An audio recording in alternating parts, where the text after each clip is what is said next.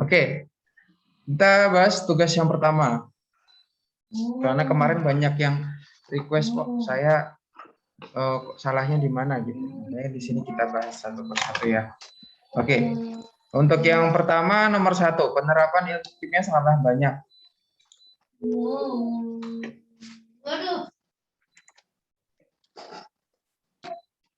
Penerapan ilmu kimia sangatlah banyak di semua sektor kehidupan manusia terdapat unsur kimia ya.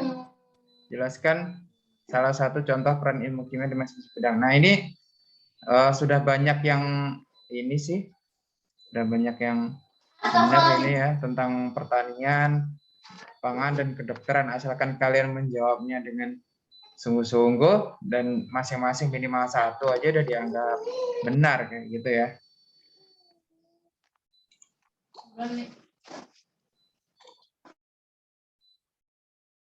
Oke.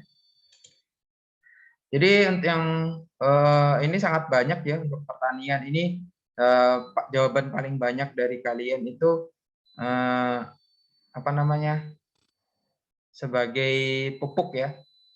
Jadi membuat pupuk sintetis, terus analisis apa namanya unsur hara di dalam tanah, gitu itu sangat banyak dan itu benar juga gitu di bidang pertanian juga emang seperti itu ya.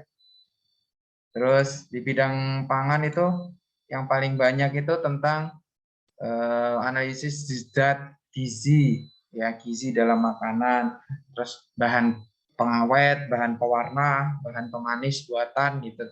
Nah, itu bang benar, emang itu semua ada terlibatan ilmu kimia di situ. Lalu di bidang kedokteran itu paling banyak pembuatan cairan infus, pembuatan vaksin dan seterusnya. Dan itu analisis kesehatan atau penyakit gitu. Lalu untuk di bidang industri itu yang paling banyak tentang analisis kualitas produk, terus apa namanya pembuatan mesin-mesin pabrik dan seterusnya. Dan itu memang seperti itu adanya ya.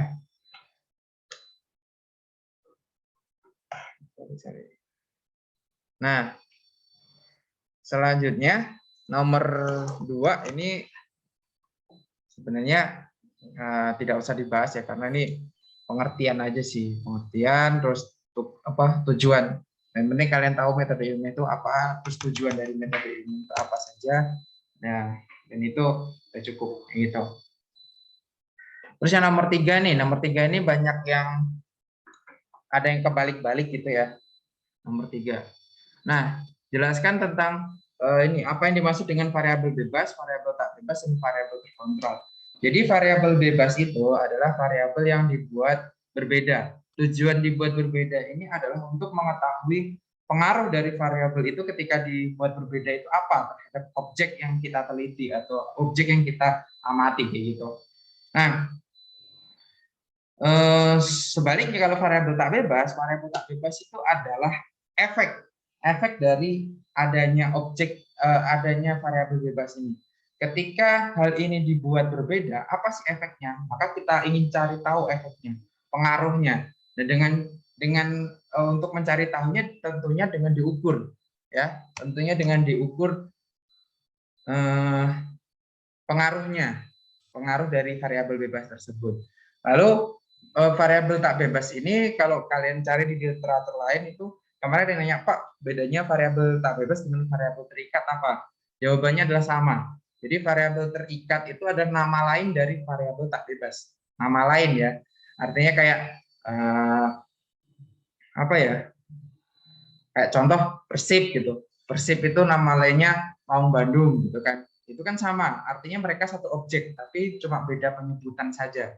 Jadi kalau bisa dipanggil variabel tak bebas juga bisa disebut sebagai variabel terikat. Jadi mereka sama aja kayak gitu. Lalu ada variabel terkontrol. Variabel terkontrol itu adalah semua hal-hal lain yang kemungkinan dapat mempengaruhi dari objek yang kita teliti, tapi dibuat sama. Artinya dengan dibuat sama ini, faktor-faktor lain ini diminimalisir pengaruhnya. Sehingga di dalam penelitian itu hanya terdapat pengaruh dari variabel bebasnya. Tidak ada pengaruh dari variabel-variabel lain atau faktor-faktor lain. Karena faktor-faktor lainnya kita buat sama. Nah, contohnya di soal yang lebih ini. Seorang siswa melaksanakan eksperimen di laboratorium. Ia menyiapkan 3 tabung reaksi yang masing-masing 1 mili, 2 mili, dan 3 masing-masing berisi 1 mili zat kimia A. Kemudian ia menyiapkan zat kimia B. Ia menambahkan 1 mili zat kimia B ke dalam tabung pertama, 2 mili ke tabung kedua, dan 3 mili ke tabung ketiga. Selanjutnya ia mengukur pH atau derajat keasaman dari zat kimia yang terbentuk. Dari penjelasan berikut tentukan variabel bebas, tak bebas yang dikontrol. Oke. Nah, pengertian dari variabel bebas itu sendiri kan adalah variabel yang dibuat berbeda. Variabel yang dibuat berbeda. Variabel bebas adalah variabel yang dibuat berbeda. Tujuan dibuat berbeda ini adalah untuk mengetahui pengaruhnya. Di sini yang dibuat berbeda dari siswa ini tentunya adalah ini ya. Kemudian ia menyiapkan zat kimia B. Menambahkan 1 mili zat kimia B dalam tabung pertama, 2 mili tabung kedua, dan 3 mili tabung ketiga. Nah, di sini berarti dia yang menjadi variabel bebas. Ya. Jadi variabel bebasnya tentu jumlah zat kimia B yang ditambahkan. Gitu. Lalu untuk variabel tak bebas itu adalah variabel yang diukur, yang kita amati, yang ingin kita cari tahu efeknya. Nah, di sini yang diamati atau yang dicari tahu efeknya adalah tentunya adalah ini. Ia mengukur pH atau derajat keasaman dari zat kimia yang terbentuk. Nah, berarti di sini adalah variabel tak bebasnya atau variabel terikatnya. Karena bagaimanakah efek dari penambahan 1 mili zat kimia B, 2 mili zat kimia B, 3 mili zat kimia B ini terhadap pH-nya? Apakah dia akan semakin asam ketika semakin banyak atau semakin sedikit gitu. Ketika ditambah 3 mili itu apakah lebih asam daripada yang 2 dan yang 1 atau sebaliknya? Itu yang ingin kita cari tahu kan? Berarti di sini dia sebagai variabel tak bebasnya. Variabel tak bebas. Variabel tak bebasnya adalah pH campuran. Gitu. Nah, variabel terkontrolnya, variabel terkontrol itu adalah variabel yang kita buat sama. Tujuannya adalah untuk meminimalisir pengaruh dari variabel-variabel atau faktor-faktor lain itu terhadap pH ini. Berarti apa saja yang memungkinkan? Berarti variabel terkontrolnya di sini tentunya ini yang dibuat sama kan, zat kimia A-nya kan sama ya, sama-sama 1 mili. Berarti zat A. Tuh. Apalagi yang sekiranya dapat mempengaruhi mempengaruhi pH? Tentunya mungkin ukuran tabung reaksi, terus suhu reaksi, kondisi reaksi, apa dipanaskan atau tidak, terus kena cahaya atau tidak. Kayak gitu, itu juga termasuk variabel terkontrol. Jadi sebenarnya variabel terkontrol ini nggak cuma satu ya, ada banyak.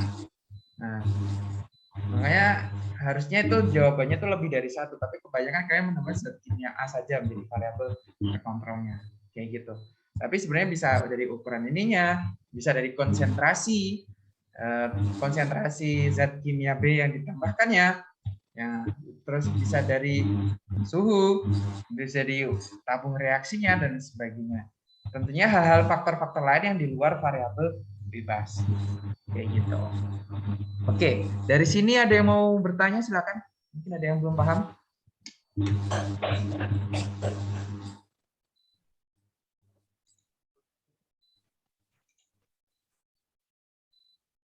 Silakan kalau mau ada yang bertanya.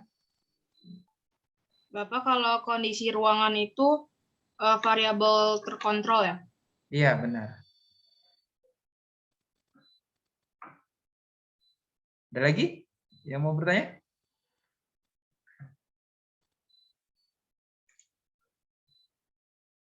Cukup jelas? Jelas ya? Baik. Kita masuk ke yang selanjutnya. Nomor 4.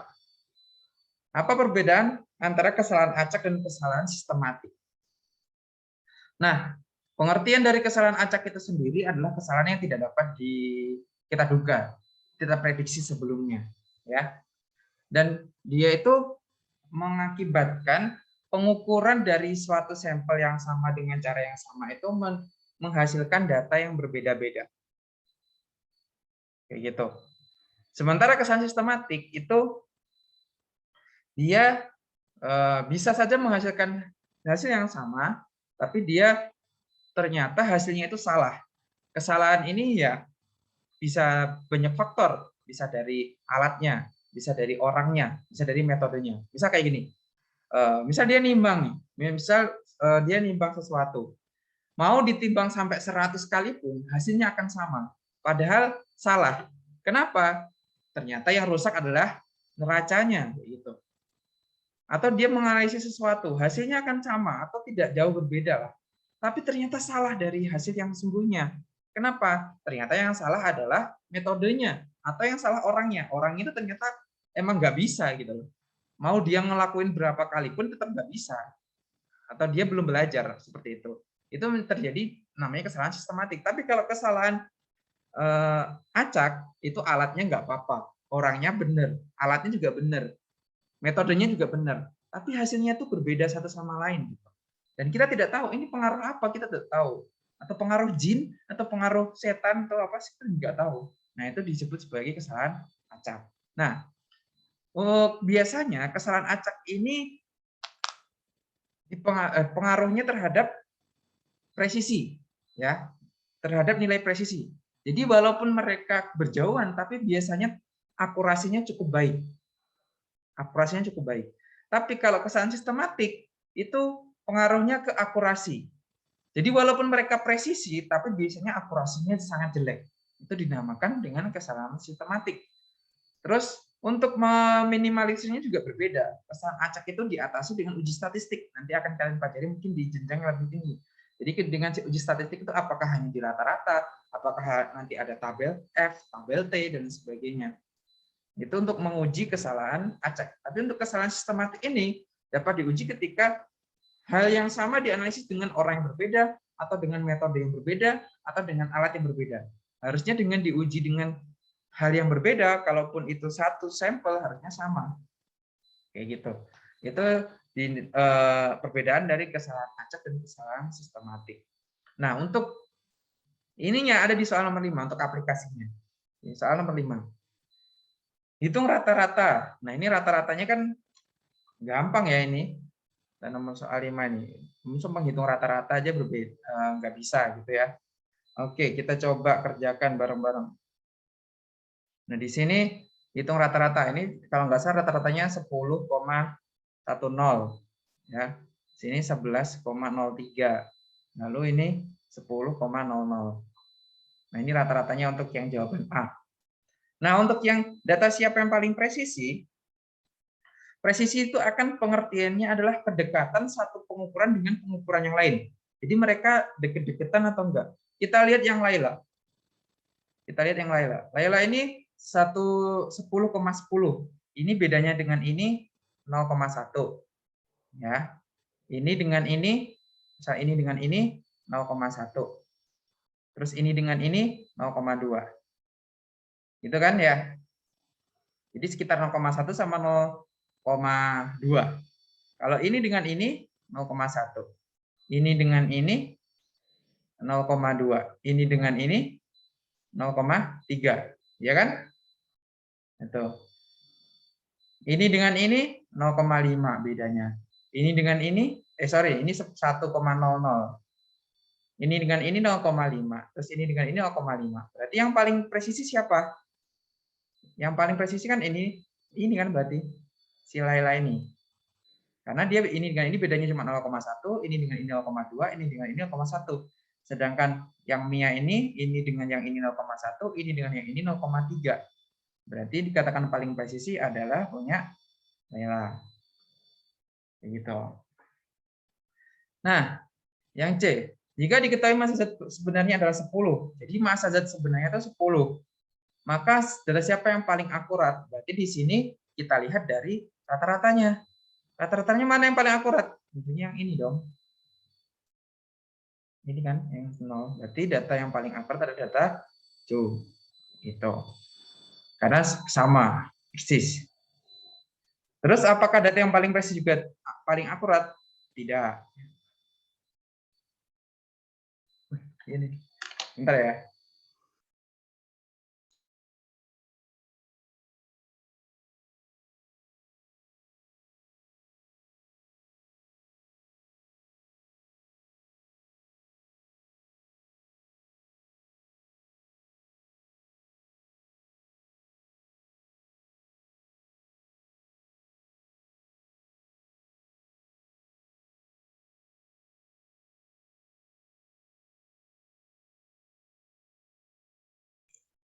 Oke, maaf ya, tadi ada ini dulu ada guru.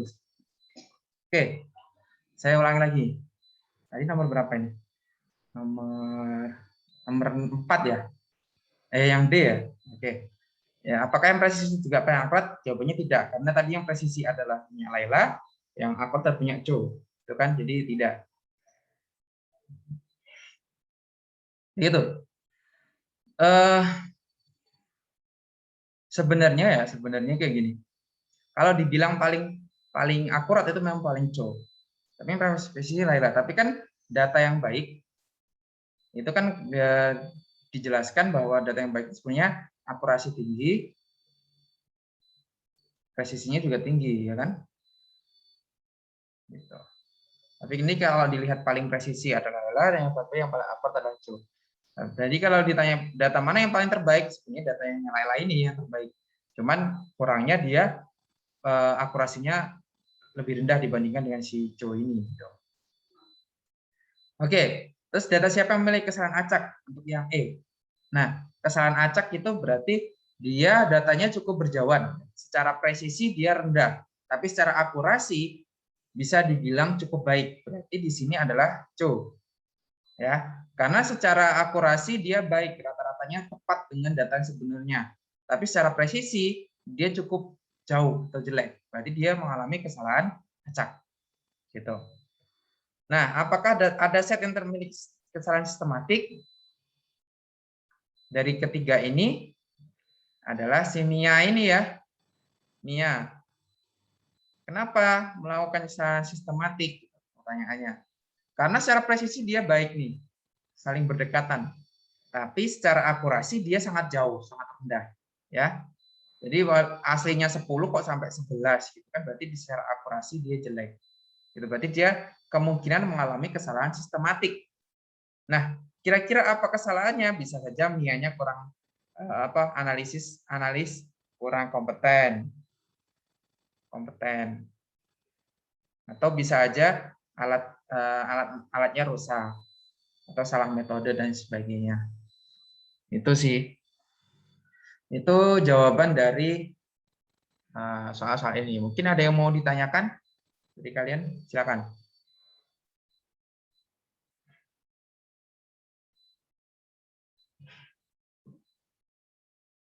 Ada yang bertanya nggak?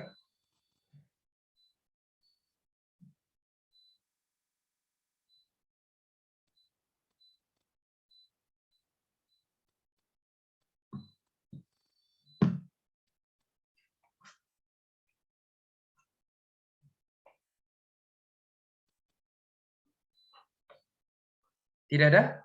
Berarti sudah cukup jelas ya semuanya ya. Kalau tidak ada. Oke. Berarti untuk metode ilmiah sudah clear. Siap ulangan berarti ya. Karena tidak ada pertanyaan. Saya mau nanya. Ya, silakan. Kan kalau misalkan data yang memiliki kesalahan acak itu kan berdasarkan hasil ya, Pak. Nah, kalau misalkan si Chow itu kan hasilnya akurat, Pak. Terus kesalahan acaknya gimana? Kesalahan acaknya itu presisinya jelek. Oh, jadi berdasarkan presisinya jelek ya, Pak? Iya. Jadi kan nanti Ya udah bisa deh. seperti saya katakan kesalahan acak itu bisa diatasi dengan uji statistik. Jadi ini nanti bisa diuji statistik. Kalau diuji statistik itu bisa aja ada keterterimaan data namanya.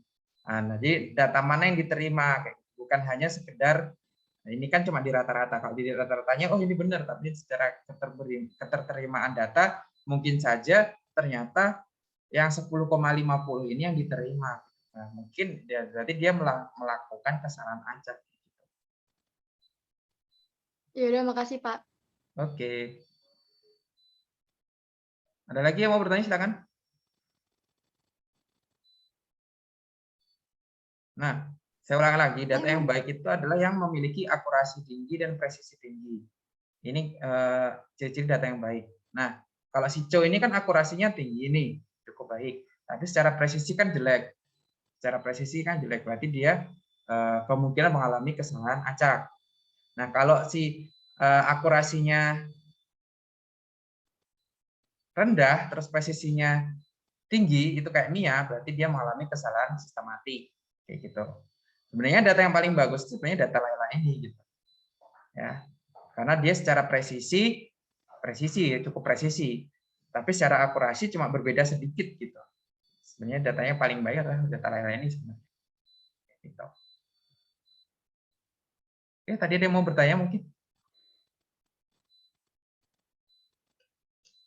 Jadi Pak. Oke, nggak jadi. Jelas ya? Nice. Pak, Kalau saya mau bertanya. boleh. Jadi data yang paling benar itu data yang paling akurat apa yang paling presisi? Data yang paling benar, yang akurat dan presisi.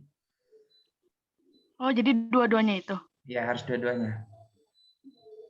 Oh iya Pak, oke. Oke. Tapi jadi gini, kalau presisi aja itu belum tentu akurat, ya.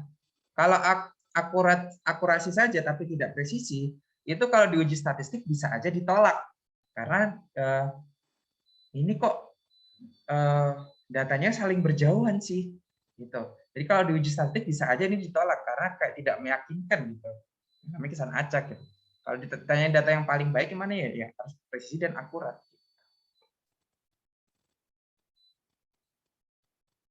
Jelas ya? Jadi dua syarat ini harus terpenuhi untuk dikatakan data yang baik dan benar. Oke. Untuk metode ilmiah ada yang mau bertanya lagi nggak? Pak, saya mau nanya Pak. Boleh, silakan. Kalau kesalahan acak sama kesalahan sistematik itu digunakan pada saat kita menghitung apa Pak? Atau ditemuin di mana gitu dalam sehari-hari? Gimana? Kesalahan acak bisa ditemukan di Kesalahan mana? acak sama kesalahan sistematik itu kita temuin kalau saat kita lagi menghitung apa gitu Pak? Oke. Dalam kehidupan sehari-hari. Baik. Dalam kehidupan sehari-hari, biasanya kalian temukan nanti kalau kalian praktik sih, ya. Kalian saya praktik analisis, karena kan ini secara metode ilmiah ya, berarti kita ngomong secara ilmiah. Jadi dari eksperimen itu nanti kalian akan temukan. Jadi gini, setiap analisis sesuatu itu di video sudah saya jelaskan. Setiap kita menganalisis sesuatu itu tidak boleh dilakukan hanya satu kali pengukuran, ya kan? Karena ketika satu kali pengukuran itu tidak valid. Ya, kalian nanti kalau praktik pasti juga nggak boleh satu kali pengukuran, minimal 2 kali atau duplo. Ya. Nah, karena ketika satu kali pengukuran nanti ada faktor kebetulan, ada faktor luck di situ. Oh harusnya nggak 10 nih, tapi karena saya beruntung saya 10. Coba kalau diulang lagi mungkin dapatnya tidak 10. Gitu. Jadi kalau 2 kali, 3 kali, semakin banyak, itu kan nggak mungkin namanya beruntung itu berulang-ulang kali gitu. Kalau orang bilang. Nah makanya di sini nanti ada yang namanya presisi dan akurasi. Jadi ketika misal diulang 2 kali, ya, oh ini hasilnya kok berjauhan, awalnya 10 jadi 30, berarti di situ tidak presisi mereka. Gitu. Nah, terus misal yang pertama 10, yang kedua 10,05, oh berarti mereka presisi, saling berdekatan. Nah, kalau akurasi itu kita biasanya ditemukan untuk ketika kita mau menemukan teori baru atau metode baru. Oh, ketika diukur dengan cara ini dapatnya sekian loh. Nah, untuk mengambil kesimpulan bahwa metode kita benar, kita harus mencoba metode kita kepada orang lain atau dibandingkan dengan metode lain yang sudah dianggap benar sebelumnya. Jika hasilnya sama, maka di situ kita tidak mengalami kesalahan sistematik. Ya, karena hasilnya sama. Tapi kalau hasilnya berbeda jauh, berarti mungkin kita mengalami kesalahan sistematik. Ya, menurut kita benar, tapi ternyata cara kita salah. Kayak gitu. Nah, itu ya, Raisa ya. Bisa dipahami nggak? Terima kasih. Oke. Ada lagi yang mau bertanya? Silakan. Pak, saya mau bertanya, Pak. Satu-satu dulu. Siapa nih? Tidak, cewek dulu silakan. Oh, mantap sekali. Ladies first, monggo. Ya, jadi kan tadi katanya kalau kesalahan acak itu dapat diatasi dengan uji statistik ya. Terus kalau misalnya kesalahan sistematik itu gimana, Pak? Kalau cara menanggulanginya? Kesalahan sistematik cara menanggulanginya, kita minta bisa orang lain untuk mengerjakan punya kita, sampel kita. Orang lain tuh mengerjakan sampel kita. Harusnya kan kalau sampelnya sama, mau dikerjakan dengan orang yang berbeda pun harusnya sama gitu kan. Tuh. Jadi kalau sini kesalahan sistematik itu sebenarnya kita tidak tahu bahwa kita melakukan kesalahan sistematik sebelum dibandingkan dengan yang lain. Jadi kita harus membandingkan pekerjaan kita dengan pekerjaan orang lain, atau metode kita dengan metode orang lain, atau alat kita dengan alat orang lain, dengan sampel yang sama. Harusnya dengan sampel yang sama, harusnya sama hasilnya. Tapi kalau berbeda, nah di situ kita baru tahu, oh kita mengalami kesalahan sistematik, gitu, atau kita mengerjakan kesalahan sistematik. Tapi kalau kita tidak membandingkan, sampai kiamat pun kita nggak tahu nih kita melakukan kesalahan sistematik atau enggak. Makanya suatu metode itu dikatakan valid ketika sudah dicoba dengan orang lain atau dengan metode lain. Katakanlah gini, kalian tahu metode, kalian tahu hukum apa? Hukum Newton gitu ya, hukum Newton. Hukum Newton itu dianggap benar dan disahkan sebagai hukum. Itu bukan karena Newton saja, tapi setelah Newton menemukan, terus dicoba oleh orang lain, hasilnya sama sesuai dengan apa yang Newton lakukan. Oh, berarti dia benar. Maka disebut sebagai disahkan sebagai sebuah kebenaran yang dinamakan hukum Newton. Tapi kalau misal Newton ini mau mengumpulkan teori, oh ini hukum Newton. Tapi ketika saya mencobanya dan ternyata salah, dan orang-orang lain mencoba dan ternyata salah, berarti Newton itu mengalami kesalahan sistematik. Kayak gitu. Paham nggak? Paham, Pak. Terima kasih, Pak. Oke, sama-sama. Tadi yang cowok ada yang mau tanya? Saya Pak. Iya, Kan Eval. kesalahan acak itu diatasinya sama uji statistika ya Pak. Iya, benar. Nah, uji statistika itu hanya berdasarkan data atau ada hal-hal lain selain data Pak buat diuji? Oke. Itu aja Pak. Terima kasih. Kalau uji statistika itu berdasarkan data saja. Berdasarkan data saja. Jadi nanti itu kamu kan belajar di jenjang yang lebih tinggi ya. Itu di perkuliahan yang saya dulu belajarnya. Statistika itu misal ada data kan diulangi beberapa kali, misal 1, 2, 3, 4, 5 gitu ya. Diulangi 5 kali misal percobaannya. Hasilnya berbeda-beda. Nah, nanti itu diolah pakai data, oh ini harus dikali dulu atau di apa, ada rumusnya sendiri. Lalu nanti itu ditemukan sebuah grafik seperti ini. Kayak gitu. Nah, grafik ini tuh namanya batas keterterimaan data. Keterterimaan data. Nah, ini batas atas, ini batas bawah. Nah, dari kelima data ini, data mana yang bisa diterima? Ketika misal semuanya masuk di sini 1, 2, 3, 4, 5, di dalam range ini berarti dia disebut atau dikatakan datanya valid gitu. Datanya bisa diterima. Terus nanti data sesungguhnya berapa? Biasanya ada hitungannya, ada rumusnya. Tapi misal ada satu data nih, misal data 5 itu tempatnya di bawah, lebih kecil dibandingkan batas keterimaan. Berarti data ini tuh tidak boleh dimasuk di hitungan. Jadi yang masuk hitungan cuma 4 data ini aja gitu. Nah, nanti kalian belajar lagi lah di jenjang yang lebih tinggi. Itu uji statistiknya salah satunya pakai itu. Gitu ya. Ini salah satu contoh gambarannya nanti seperti ini. Itu ya, Reval. Iya Pak, terima kasih Pak. Jadi based on data semuanya. Makanya kan harus empiris kan. Empiris itu based on data. Bukan hanya sekedar omongan, bukan hanya sekedar ini. Ada lagi yang mau bertanya? Cukup jelas ya? Mengenai kesalahan-kesalahan empiris ini, kesalahan acak, kesalahan sistematik, presisi, akurasi, terus variabel bebas, tak bebas, terkontrol, sudah jelas semuanya ya. Terus hipotesis, yang perlu diingat hipotesis tidak harus benar ya. Kan tahapannya metode ini ada menemukan masalah, hipotesis, menemukan masalah, observasi, hipotesis, eksperimen, dan kesimpulan. Untuk hipotesis itu kita buktikan dan eksperimen. Jadi kesimpulannya nanti apakah hipotesisnya benar atau hipotesisnya salah. Gitu. Jelas ya? Mantap. Oke, kalau jelas kita lanjut ke yang selanjutnya. Tentang materi dan perubahannya.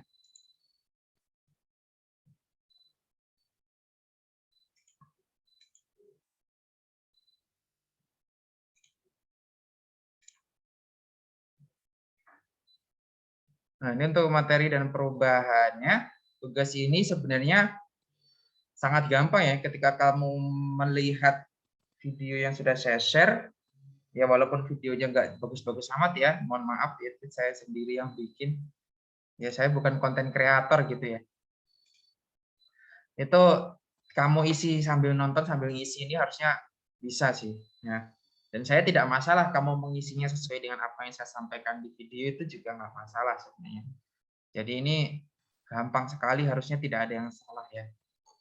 Oke, yang belum mengerjakan berarti kalian telat. Nanti kalau telat nilainya dipotong saja ya. Harusnya kan tadi pagi maksimal jam 7. Nah ini materi itu apa? Materi itu segala sesuatu yang memiliki massa dan volume atau menempati ruang. Jadi apapun yang kalian lihat, kalian sentuh, kalian raba, kalian cium, itu materi. Ya, kayak gitu. Ada sifat ekstensif, bisa dihitung, intensif yang tidak usah dihitung ya, tidak bisa dihitung, bukan tidak bisa dihitung sih, tidak berpengaruh tentang hitungannya ya. Kalau ekstensif kan pengaruh terhadap hitungannya. Semakin besar itu semakin berbeda. Kayak panjang, ular panjang 2 meter dengan 3 meter kan beda. Ya. Kalau warna, misal warna itu mau ditambahkan, misal cat itu mau ditambahkan seberapa banyak pun tetap warnanya putih ya putih. Gitu. Nah, akan bertambah menjadi hitam atau seperti apa. Itu sifat intensif, contohnya seperti itu. Kalau sifat fisis, sifat yang diketahui itu dari udah jelas gitu ya, udah diketahui tanpa dia berubah. Kalau kimia itu dia harus berubah dulu. Misal kayak sifat besi itu menahan karat gitu, berarti kan dia harus berkarat dulu baru bisa. Apakah sifat larutan ini mudah meledak atau tidak kan kita harus tahu dia meledak dulu gitu. Sebelum dia meledak kan kita nggak tahu apakah sifat dia itu mudah meledak atau tidak. Kayak gitu. Itu untuk sifat kimia. Terus jenis materi, ada wujud materi itu ada cair, gas, dan padat. Itu ciri-cirinya sudah bisa kalian lihat sendiri. Terus jenis materi, perubahan materi ada perubahan fisika dan perubahan kimia. Perubahan fisika itu bisa kembali ke bentuk semula, terus sifat dari zat awalnya itu masih ngikut ke ketika dia berubah. Kalau perubahan kimia sebaliknya, dia tidak bisa kembali lagi, dan sifat aslinya itu biasanya hilang. Terus zat murni ada unsur, ada senyawa. Ini sudah jelas, saya rasa dibahas juga di kimia dasar 2. Lalu pemisahan campuran. Campuran itu ada larutan, suspensi, dan koloid. Nah, ini juga kalau distribusi partikelnya campuran itu homogen, yang lainnya itu heterogen ya. Terus ukuran partikel di sini itu kurang dari 1 nanometer. Terus ini 1 sampai 100 itu koloid, lebih dari 100 itu suspensi. Contohnya kalau larutan tuh ya yang kalau dicampur itu ya udah jadi satu gitu, kalian nggak bisa bedain lagi, oh ini tuh apa gitu. Kayak air sama garam gitu kan, udah nggak bisa lihat garam lagi kan kamu di dalam campuran itu larutan. Kalau suspensi itu intinya mereka tidak saling mencampur gitu. Itu suspensi kayak tanah dengan air gitu kan, dia tidak saling mencampur. Jadi kamu masih ketika dicampur dengan air itu udah masih kelihatan tanahnya, itu enggak mencampur, itu suspensi. Terus kalau koloid itu kelihatannya mereka tidak bercampur tapi ternyata bercampur. Bukan terdispersi. Terdispersi itu mereka menyebar. Jadi partikel-partikel yang lebih kecil ya. Kayak cat. Cat itu sebenarnya kalau kalian tahu itu sebenarnya zat padat di dalam suspensi, di dalam zat terdispersi cairan. Jadi cat itu kan zat padat sebenarnya. Ketika kamu oleskan di tembok itu zat padat, si pelarutnya kering, zat padatnya menempel di tembok menjadi warna. Itu.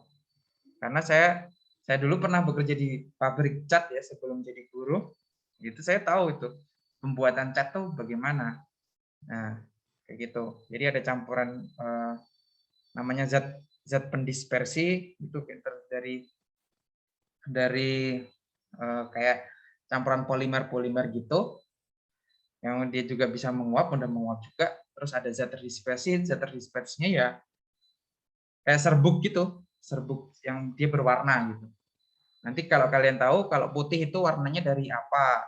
Dari kapur CaO. Kalau merah itu dari pasti ada besinya, ada Fe-nya. Kalau hitam itu ada kobaltnya atau ada apanya gitu. Kalau hijau itu apa lagi gitu zatnya, ada serbuknya, serbuk warnanya gitu.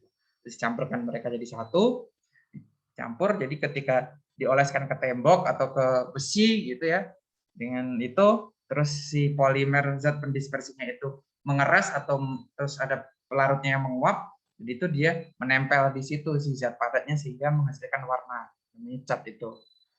Itu salah satu contoh dari koloid. Nah, kalau pemisahan ini kita harus tahu nih, pemisahan magnetik itu berarti satunya harus ditarik magnet, satunya tidak. Yang pelarutan ini berarti harus yang zat padatnya bisa larut dalam zat cair. Sublimasi itu berarti harus ada yang bisa menyublim dan ada yang susah menyublim. Menyublim itu kan perubahan dari padat menjadi gas. Kristalisasi itu berarti ada yang mengkristal, ya, dari cair yang mengkristal menjadi kristal. Evaporasi itu menguap. Jadi setelah cairan dipanaskan terus ada yang menguap. Gitu. Jadi ada yang tidak bisa menguap di situ, yang tertinggal berarti itu evaporasi. Kalau filtrasi itu penyaringan, ya, berbeda ukuran partikel. Jadi partikel padat itu pasti suspensi di sininya. Ada yang lebih besar dan ada yang lebih kecil. Sentrifugasi itu pemusingan, diputar secara cepat, ya. Kromatografi itu pasti ada fase cair, fase gerak dan fase diam. Ya. Kalau distilasi itu perbedaan titik didih. Jadi antara dua cairan itu harus berbeda titik didihnya. Kalau corong pisah itu berarti perbedaan massa jenis, yang mereka tidak bisa saling mencampur. Itu sih prinsip-prinsip dari pemisahan campuran ini, dan kalian harus tahu dari prinsip ini, oh ini kira-kira cocoknya buat memisahkan apa. Mungkin itu secara garis besar tentang materi dan perubahannya. Ada yang mau ditanyakan, silakan. Mana yang belum paham?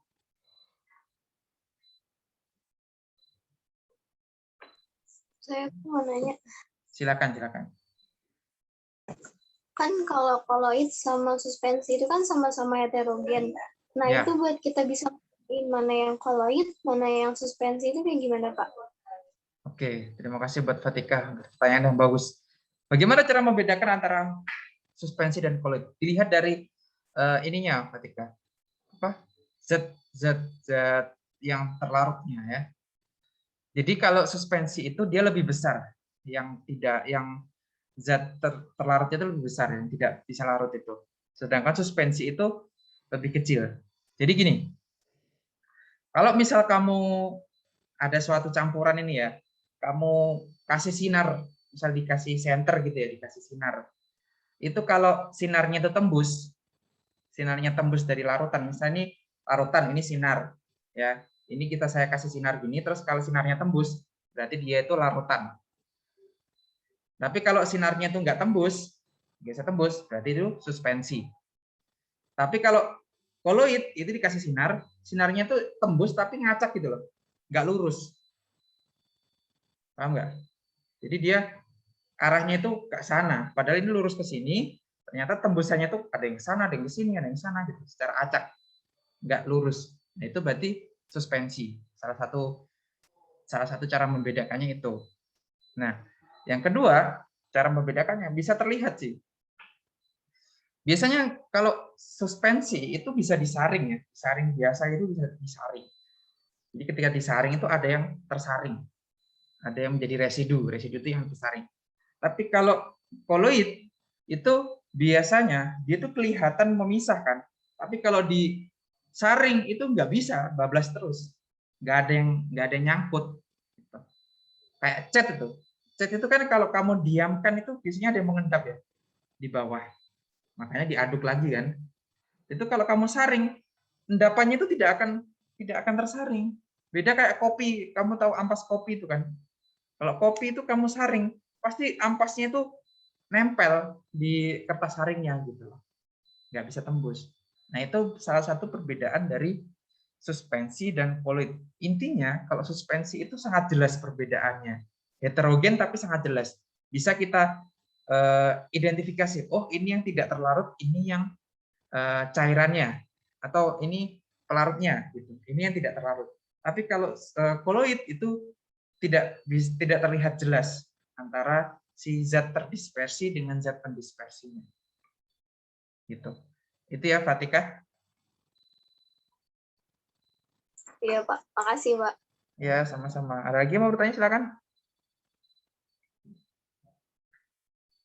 Contoh-contohnya bisa kalian cari sendiri di internet, banyak ya. Untuk membedakan, oh mana sih suspensi, oh mana sih koloid, oh mana sih larutan.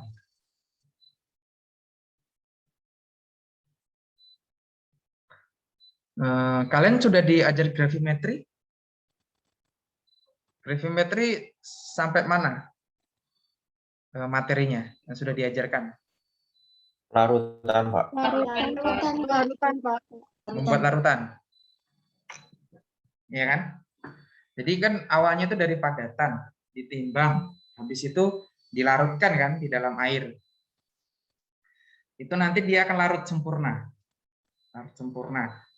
Ciri-cirinya itu tidak ada lagi padatannya. Jadi udah dari cairan dong, cairannya bisa ada yang berubah warna, ya gitu. Terus nanti kan ditambahkan pengendap, tambahkan pereaksi sehingga dia mengendap, dan mengendap di bawah gitu. Nah, endapannya itu dinamakan suspensi. Ketika sudah mengendap itu ada suspensi di situ karena jelas ada pelarut dan ada pengendap yang ada di bawah. Itu nanti ada suspensi. Itu dinamakan campuran suspensi di situ. Kayak gitu. Nanti kamu lihat mungkin di videonya atau di pelajaran setelah ini sih. Setelah pelarutan, pengasaman, misalnya kondisi pengasaman, lalu pengendapan misalnya. Gitu ya. Ada yang mau bertanya? Mau tanya. Ya, silakan. Berarti tadi kalau suspensinya udah tereaksi itu berarti suspensinya bisa masuk ke perubahan kimia dong, Pak? Ya, iya, memang. Memang perubahan kimia. Berarti bukan hanya perubahan fisika ya, Pak ya, masuknya? Oke, jadi gini. reaksinya itu perubahan kimia. Tapi ketika mereka campur itu, kan itu campurannya sebenarnya bisa terpisahkan gitu, ya. Bisa terpisahkan antara si endapannya dengan si pelarutnya itu. Nah itu gimana ya saya contohnya? Jadi gini, suspensi itu kan sebuah campuran ya, campuran antara dua zat yang ditambahkan, ya, dua zat yang ditambahkan. Sementara dalam proses kamu praktikum itu dua senyawa yang dicampurkan menghasilkan dua zat baru yang berbeda jenis, yang berbeda wujud, satu padatan, satu cairan. Nah, padatan dan cairan itu tergolong dalam campuran yang namanya suspensi. Ya, campuran namanya suspensi. Tapi di dalam cairan itu juga ada zat-zat lain.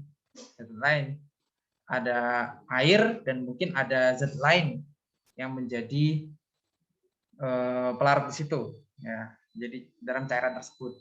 Nah, itu disebut larutan di situ. Disebut larutan. Campurannya seperti itu. Jadi beda proses ya. Kalau campuran yang kamu maksud, oh ini perubahan fisika, itu ya contoh aja kayak buat kopi sama air gitu. Tapi kalau kita berbicara dengan di lab, itu kan memang reaksi kimia itu. Kalau dilihat contohnya suspensi ya itu ketika mengendap itu contohnya suspensi, endapan antara si cairan dengan si padatannya itu, kayak gitu. Oke, Pak, makasih, Pak. Oke. Ada lagi yang mau bertanya?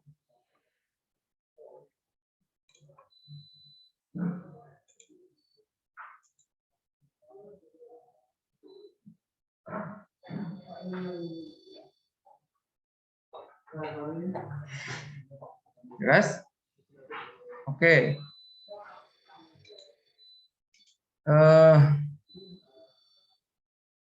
Untuk tugas materi 2 tidak akan saya bahas, nanti saya kasih video pembahasannya karena kalian kan belum selesai deadline-nya. Karena kemarin kan minggu lalu kan ada Zoom dari Putin ya, pengganti dari 17 Agustus itu.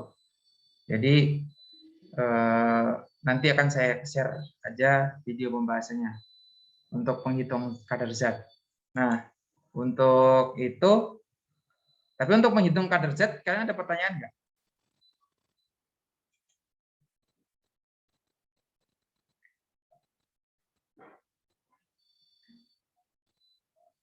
Nggak ada. Kalau nggak ada, kita coba. Bentar ya. Kita coba latihan ya untuk menghitung kadar zat. Nah, coba nih, sini. Prinsipnya sama kayak tugas kalian kemarin.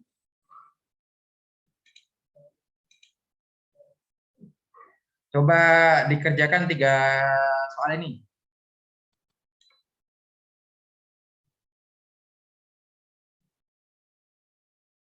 Saya kasih waktu, boleh menghitung pakai kalkulator ya. Saya kasih waktu 8 menit. Sekarang 11.42, berarti nanti 10.42, sekarang 10.50 nanti saya tadi.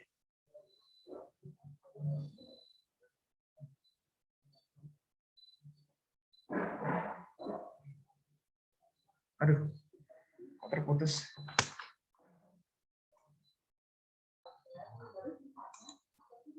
Oke, mohon maaf ya, saya tadi ada masalah jaringan. Nggak tahu kenapa jaringan saya ini ya. Oke, saya ulang lagi ya. Coba ini dikerjakan.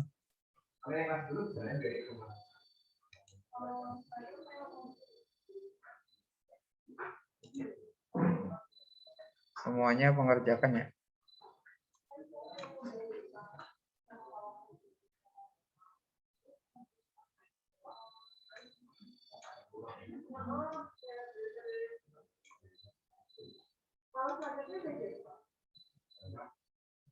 Boleh pakai kalkulator ngitungnya.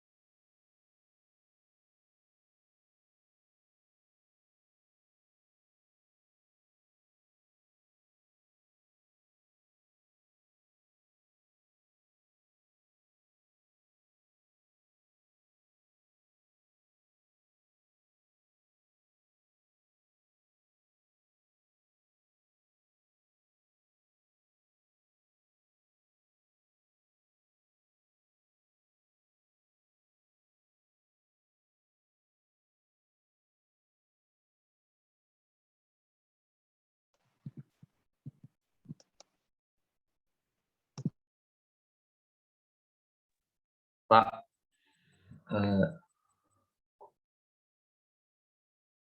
Iya, silakan. udah boleh menjawab nggak, Pak? Boleh. Oke. Udah selesai Jason semuanya. Baru nomor 1 sih, Pak. Mau jawab Oke. nomor 1 doang.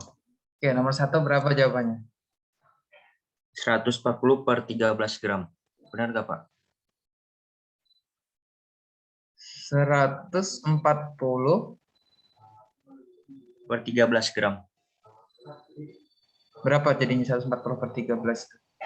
Yang jelasnya dong. Angkanya berapa 140 per 3? 140 per 13 ya? Iya, Pak. Berapa gram? Masa saya nanti harus nimbang 140 per 13? Ya, yang jelas dulu dah berapa gram. Pakai angka desimal lah.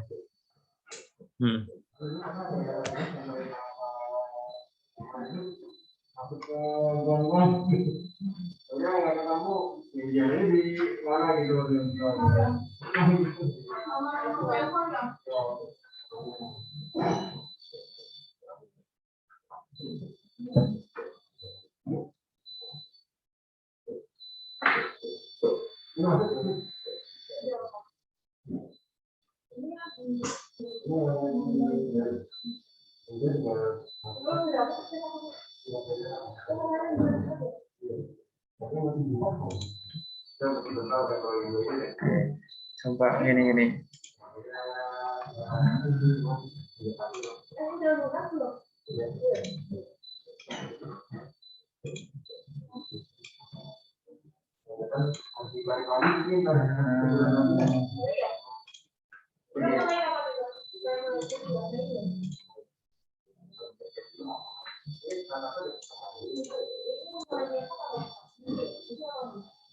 Oke, berapa Jason tadi?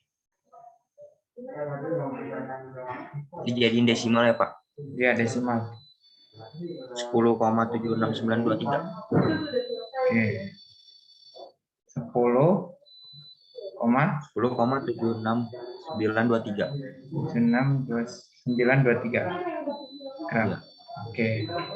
Gram kan satuannya? Ya Pak. Oke, nomor 1 ini jawaban dari Jason. Oke, nomor 2 ada yang mau menjawab atau nomor 1 ada punya jawaban lain, silakan.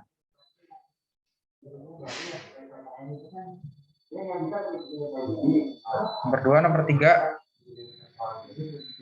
Ini dari Jason Putra. Nomor 2 ada yang sudah?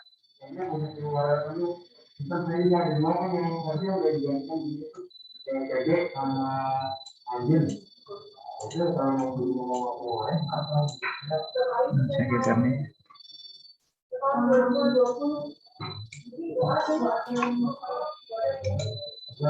Nah, nomor 2 atau nomor 1 ada jawaban lain?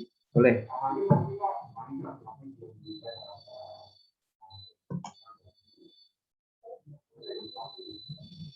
Nomor 2, nomor 3 juga boleh.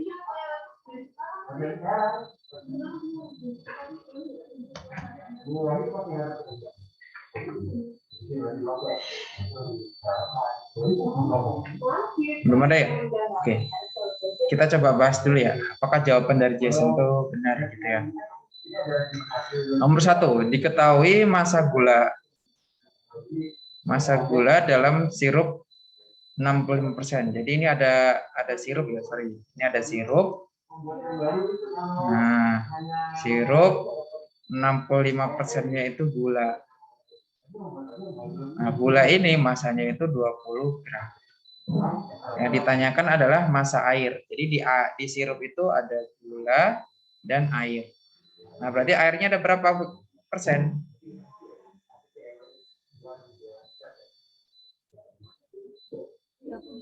5%, Pak. 35%. 35%. Air, ya. Nah, berarti ini berapa gitu massa airnya? Nah, di sini kita pakai perbandingan matematika aja yang gampang ya. Ya, kalau 65% itu 20 gram, berarti kalau 35% berapa gram gitu kita. Misal X, berarti kita kali silang kan? Kita kali silang, kalau secara matematika, berarti ini persennya kita coret saja. X sama dengan 20 gram dikali 35 dibagi 65. Berarti di sini 20 dikali 35 itu 700, ya kan? 700 dibagi 65 ketemu 10,76923 sama kayak punya Jason ini. Ya, jadi ini punya Jason jawabannya benar ya. Nah, kalau jawaban seperti ini tuh cukup 2 angka di belakang koma aja cukup ya kalau gram. Berarti ini kalau dibuatnya 2 angka di belakang koma jadi 10,77.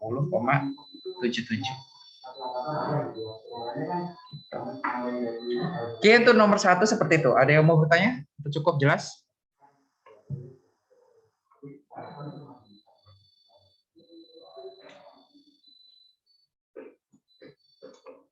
Jelas ya dari nomor 1. Oke. Sekarang kita masuk ke nomor 2. Nomor 2 ada yang mau menjawab? Nomor 2 mengemukakan jawabannya. Saya, Pak. Berapa Sekar jawaban kamu? 4 bagian per juta. 4 ppm ya berarti. Oke. Nah, makasih buat Cekar. Ayo, ada yang punya jawaban lain? Selain Cekar, selain 4 ppm? Kalau dalam persen boleh gak, Pak? Nah, di sini soalnya dalam satuan ppm.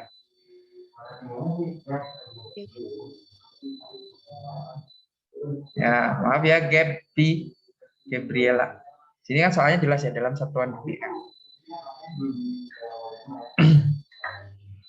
Jelas semua 4 ppm semua ya? Oke, coba kita buktikan. Jadi ketahui kita punya sirup nih, misalnya ini sirup. Gimana ya sirup tuh bentuknya? Botolnya gini misalnya. Nah, itulah katakanlah ini sirup. Volumenya 100 ml. Nah, di dalam ini ada 0,5 mg vitamin C. Terus massa jenis sirup ini, rho-nya 1,25 gram per centimeter kubik. Berapa kadar vitamin C? Nah, dalam satuan ppm. Nah, kita kan tahu kan kadar vitamin C dalam ppm itu rumusnya berarti massa vitamin C dibagi dengan massa sirup sebagai campuran totalnya dikali 10⁻⁶ karena ppm. Massa vitamin C-nya udah ketahuan yaitu 0,5 mg. Nah, massa sirupnya yang belum tahu karena di sini yang diketahui adalah volume sirup. Tapi kita bisa mencari massa sirup dari volume sirup dan massa jenis. Maka di sini kita ketahui bahwa nilai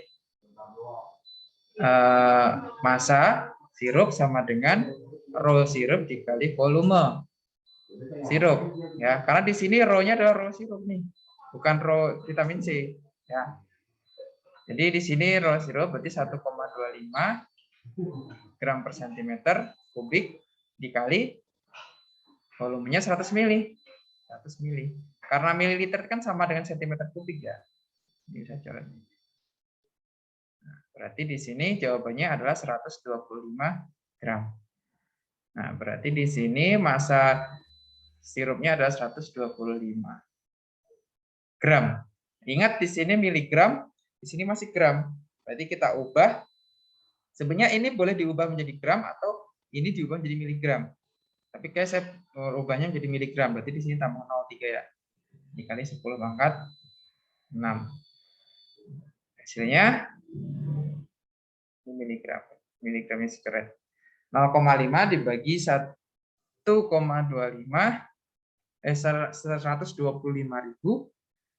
dikali 10⁻⁶. Ini berarti ini dicoret ya biar pangkat 3. Berarti 500 dibagi 125 4 ppm. Oke. Jawabannya benar sesuai kayak Sekar ya. Jawabannya adalah 4 ppm. Sampai sini ada yang mau bertanya, silakan. Nomor 2.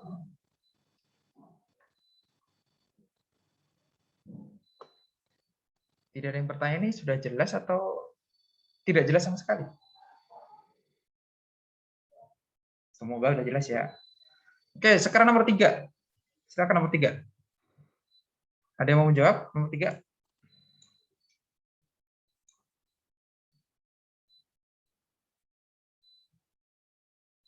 Halo, nomor 3. Ada yang mau menjawab?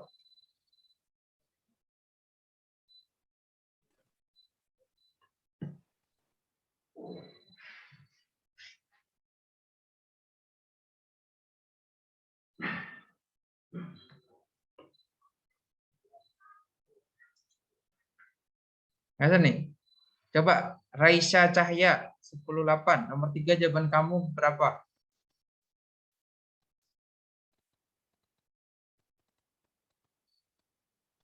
Sebentar Pak, saya lagi ngitung BPM ya, tinggal BPM ya. Nyatain ke BPM. Angel Ika. Berapa jawaban nomor 3 kamu? Lagi dihitung, Pak. Saya, Pak. Iya, silakan. 15 ppm, 19 ppm, sama 0,8 ppm. Oke.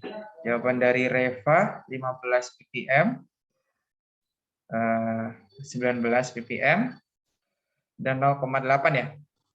Iya. Oke. Caranya gimana kamu jelasinnya? Yang 1,5 dikali 10 pangkat min 3%. Terus dijadiin 1,5 dikali 10 min pangkat min 5. Oke. Oh, bentar ya. Maaf.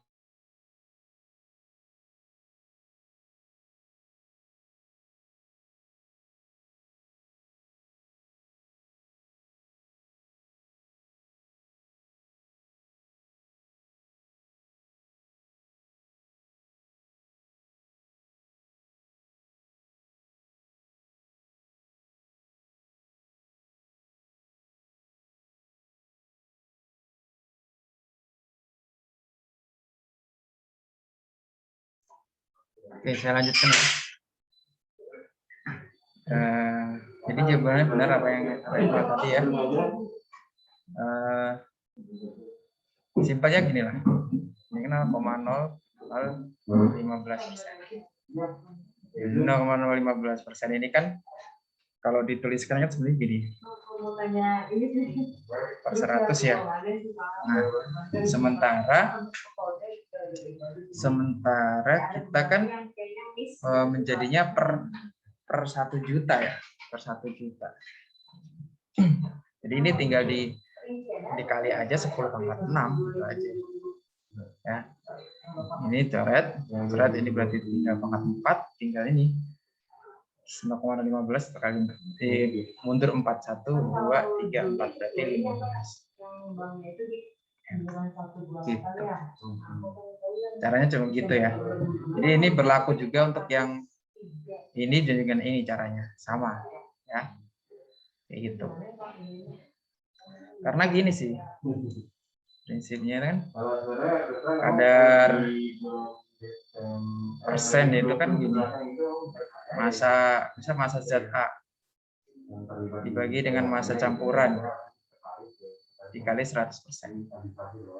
Sementara untuk ppm ini kan massa ZA dibagi dengan massa campuran dikali 100%, dikali 10,6. Ini kan rumus yang kemarin saya bagikan ya. Nah, di sini kan kita tahu tadi kadarnya 0,0015%. Di sini massa ZA per massa campuran. Ini kan, nah, yang ini kan mereka sama ya. Nah, yang ini. Antara persen dan ppm ininya kan sama. Gitu kan? Jadi kita cari ininya dulu. Ya, kita cari ininya karena ininya itu sama antara ppm dengan persen. Berarti ini kan sama dengan 0,0015 dibagi dengan 100. Gitu kan? Pak, kalau langsung dikalikan oleh 10 pangkat 6 gimana Pak? Langsung ke part per million ya? Langsung ini? Nggak apa-apa? Iya Pak. Nggak apa-apa, bener juga gitu. Caranya sama, soalnya caranya sama gitu. Jawabannya sama kan? Ya, udah, ya, udah ketemu ininya, ya ini kan sama kayak ini tadi yang saya kerjain. Ya, soalnya tadi saya langsung pakai cara kali 10 pangkat 6. Iya, nggak apa-apa. Yang penting diubah dulu jadi 0,015 per 100 dari 10,6. Oke, itu nomor 3. Ada yang mau bertanya lagi? Silakan.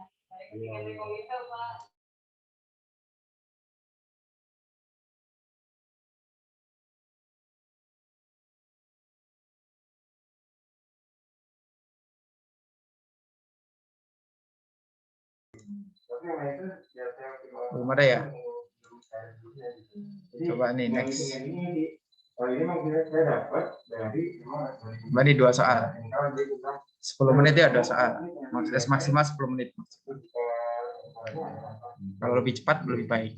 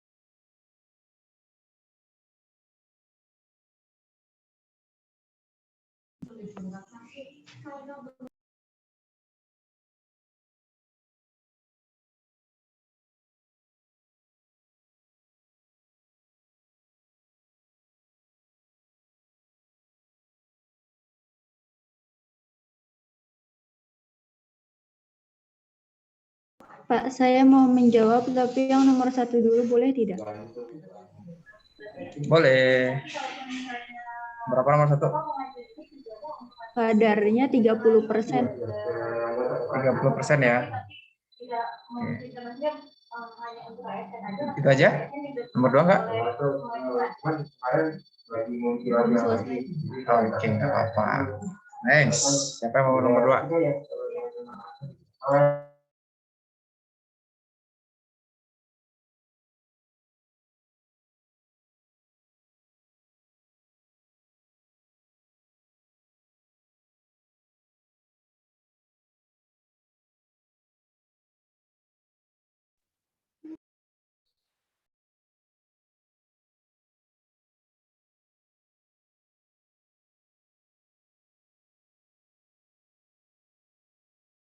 Saya nomor 1 hasilnya beda, Pak.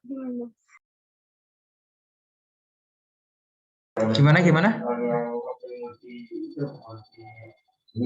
Hasilnya beda. Nomor 1 beda, enggak apa-apa. Berapa?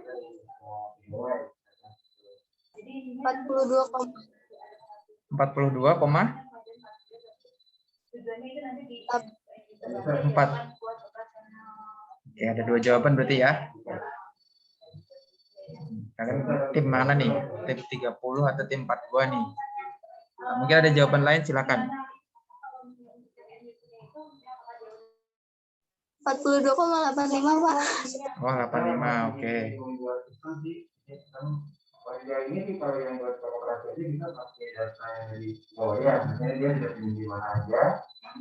Pak, saya mau menjawab yang nomor 2, boleh nggak, Pak? Boleh dong, masa nggak boleh? Kadar kekeluargaan PPM-nya 0,005%. 0,005%. Kan ini. Berarti berapa PPJ? Sebentar. 3.000 kan Pak nomor 2. Berapa? 3.000. 3.000 ppm. Ya. 2.000 3.000 ppm. Aisyah mau ganti jawabannya?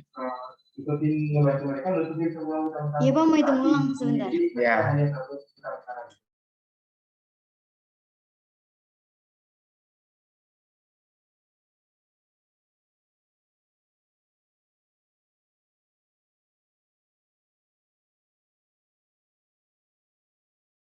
Enggak jadi, Pak. Nomor 1 30%.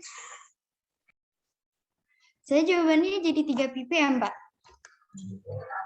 Oke. 3 ppm.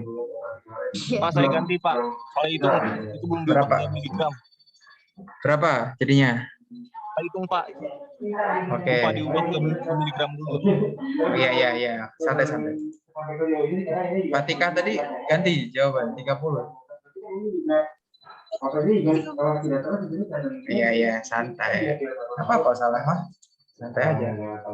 Tidak melalui koperasi.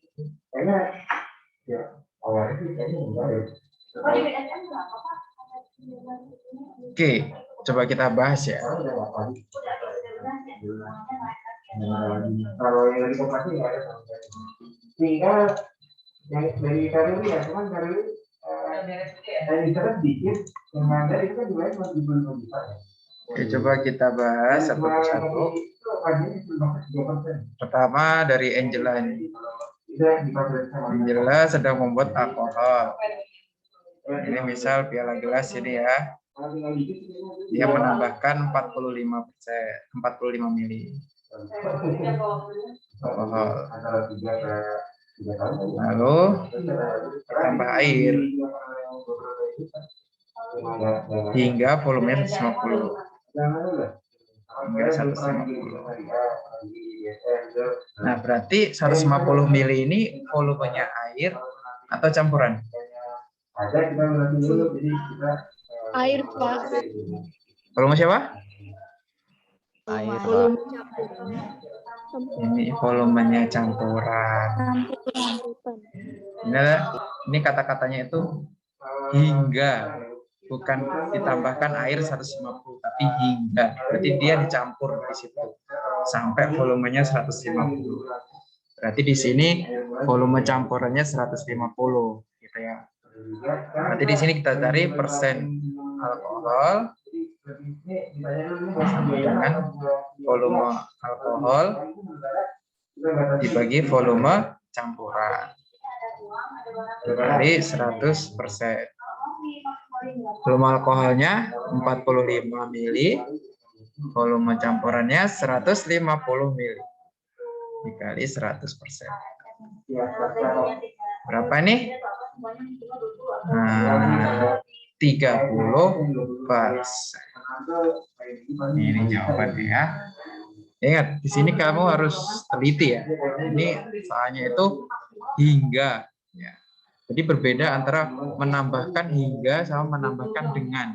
Kalau dengan itu berarti nanti ditambahkan 150 ditambah 45. Tapi kalau hingga berarti ya seluruh campurannya itu udah 150 gitu. Airnya berarti ya nggak tahu, berarti sisanya berapa gitu.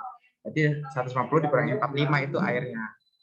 Kayak gitu. Jadi harus teliti ya baca soalnya. Ada yang mau ditanyakan di nomor 1?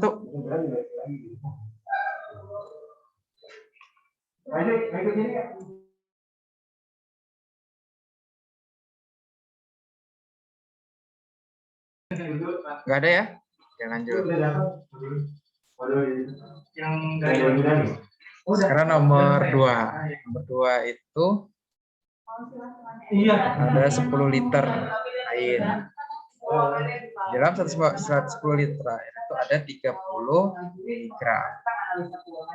Nah, di sini kan yang menjadi masalah ini tuh liter, berarti di sini volume. Di sini itu massa berarti kan. Ini harus kita rubah dulu. Ini dirubah menjadi massa atau ini dirubah jadi volume. Pakai bantuan massa jenis. Nah, massa jenisnya dilihat massa jenisnya siapa? Apakah massa jenisnya air atau massa jenisnya si kaporit? Ternyata di sini massa jenisnya adalah massa jenis air. Berarti kita rubah si volume ini menjadi massa. Berarti massa air sama dengan rho dikali volume. Di sini kan masih gram per mililiter. Sementara di sini ininya volumenya itu liter. Jadi kita harus berubah dia menjadi mililiter dulu. Jadi 1 gram per mililiter dikali 10 liter itu berapa mililiter? 10.000, ya kan? Jadi dikali jadi 10.000 mililiter. Jadi ketemu 10.000 gram. Itu untuk massa airnya 10.000 gram. Nah, di dalam 10 miligram ini 10 gram air itu terdapat 30 miligram si kaporit. Itu kan ya. Ini kan berarti ppm. Kaporit, massa kaporit dibagi dengan massa air dikali 10 pangkat 6. Massa kaporitnya kan tadi 30 miligram dibagi dengan 10.000 gram. Nah, 10.000 gram itu kita harus rubah menjadi miligram. Jadi dikali 1.000 lagi ya. 10.000 ini 10 juta. 10 juta ya. Dikali 10 pangkat 6. Ya kan? Ini coret habis berarti 30 dibagi 10 3 ppm. Jadi jawabannya 3 ppm. Gitu. Dari sini ada yang mau bertanya?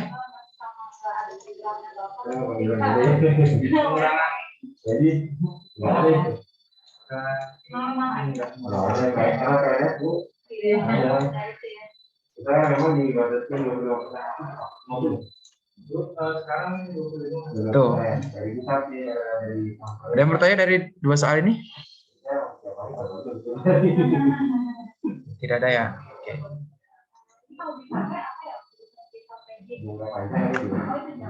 Ini sih yang mungkin kalian harus tahu ya. Nah, ini mungkin informasi dari Kemenkes. Cara membaca biasanya ada di bungkus-bungkus produk makanan kalian yang mungkin kalian tidak sebelumnya mungkin tidak aware gitu ya, tidak aware. Dan sekarang itu harapannya aware ya, lebih aware lagi. Ini cara membacanya seperti ini. Jadi takaran persajian, jumlah sajian per kemasan. Jadi dalam satu kemasan itu ada berapa kali kajian, ada berapa kali serving size. Ternyata bisa kalau contohnya gini, berarti satu wadah itu ada 2 kali sajian, bisa digunakan 2 kali sajian. Nah, per sajian itu total kalorinya dan 220 kalori dan total kalori dari lemak 20. Jadi kalau kamu makan satu sajian itu total kalori yang kalian dapatkan adalah 220 ditambah 20, berarti berapa? 240 kilokalori kalau satu sajian. Nah, kalau dalam satu bungkus itu ada 2 sajian, berarti kalau kalian menghabiskan satu bungkus sendirian, berarti kalori yang masuk ke dalam kalian adalah 240 dikali 2 kalau satu bungkus gitu. Nah, di sini per serving itu mengandung total lemak 3 gram ya per serving. Jadi kalau satu bungkus berarti 6 gram karena dalam satu bungkus itu ada 2 kali kajian ya. Nah, 3 gram ini ternyata memenuhi 4% dari kebutuhan AKG. AKG itu angka kecukupan gizi setiap hari. Jadi kalau kamu makan memakan zat ini satu sajian gitu ya, itu sudah mencukupi 4% kebutuhan lemak dalam satu hari. Kalau kamu makan satu bungkus berarti 8% kebutuhan gizi kamu itu terpenuhi, kebutuhan lemak gizi kamu terpenuhi. Jadi kalau kamu makan semakin banyak bungkusnya berarti ya semakin banyak lemak yang kamu dapatkan, artinya bisa melampaui kebutuhan gizi. Kalau melampaui kebutuhan gizi berarti kalau lemaknya terlalu berlebihan ya bisa menyebabkan ya mungkin obesitas atau penyakit lain gitu. Nah, ini harapannya nanti kalian lebih aware lagi ke bungkus-bungkus makanan yang ada di sekitar kalian. Misalnya kalau beli makanan katakanlah di supermarket gitu atau di warung gitu, coba dilihat, oh ternyata saya hanya boleh memakan makanan ini tuh berapa bungkus gitu, dalam satu hari. Kalau kelebihan itu bisa nggak baik gitu. Soalnya kan selain makan ini kamu pasti makan yang lain kan gitu. Ya misal kalau udah memenuhi 10%, berarti kalau udah memenuhi, kamu makan 10 bungkus berarti udah 100% terpenuhi, berarti kamu nggak boleh makan lagi setelah itu gitu, karena kebutuhan kecukupan gizi kamu sudah terpenuhi.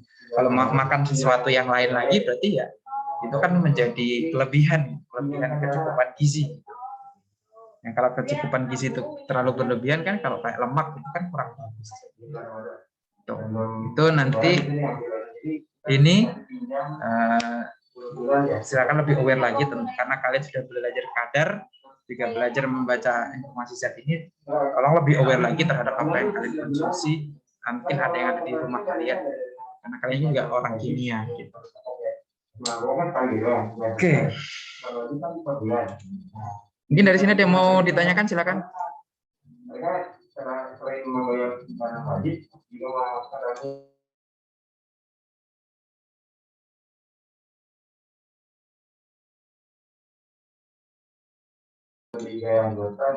Tidak ada ya?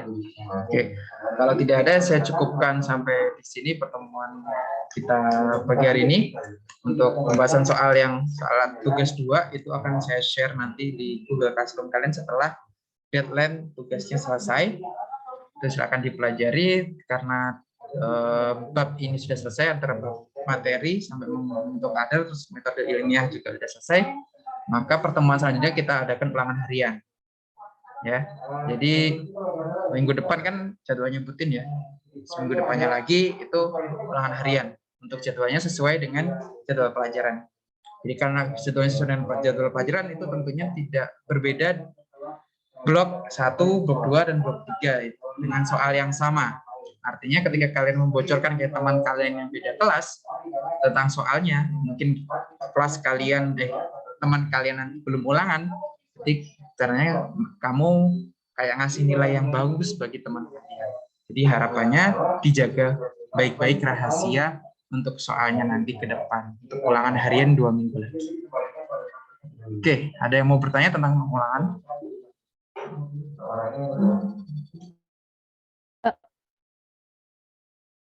Ya, silakan.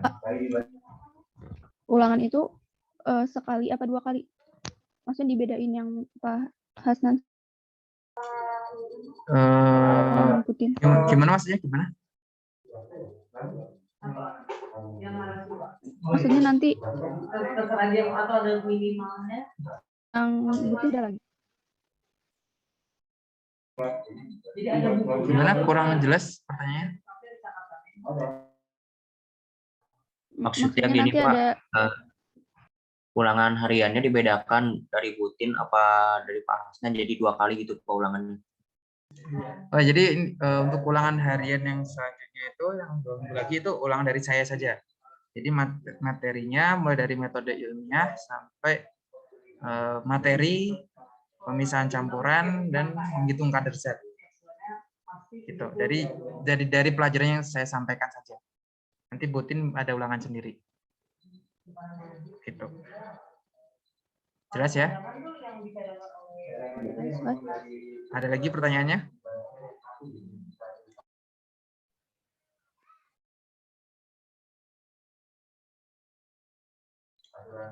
Oke, tidak ada. Kalau tidak ada, kita akhiri pertemuan kita pada pagi hari ini. Terima kasih sekali lagi sudah bergabung.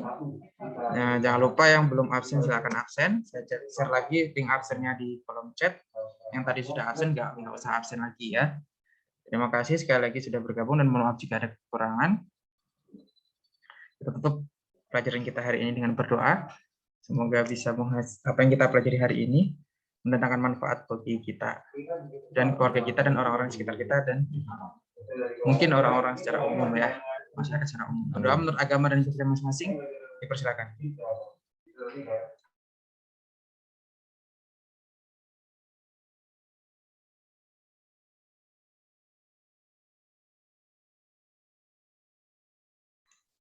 Amin amin ya rabbal alamin. Berdoa dapat dicukupkan. Terima kasih sekali lagi. Mohon maaf jika ada kekurangan dari saya. Tadi jika ada kesalahan dari tentang internet, koneksi internet dari saya, juga saya mohon maaf. Saya akhiri, sampai jumpa di ulangan harian 2 minggu lagi. Belajar dengan sungguh-sungguh dan kerjakan dengan mandiri. Assalamualaikum warahmatullahi wabarakatuh. Waalaikumsalam warahmatullahi wabarakatuh. Ya, sama-sama. Silakan Zoom.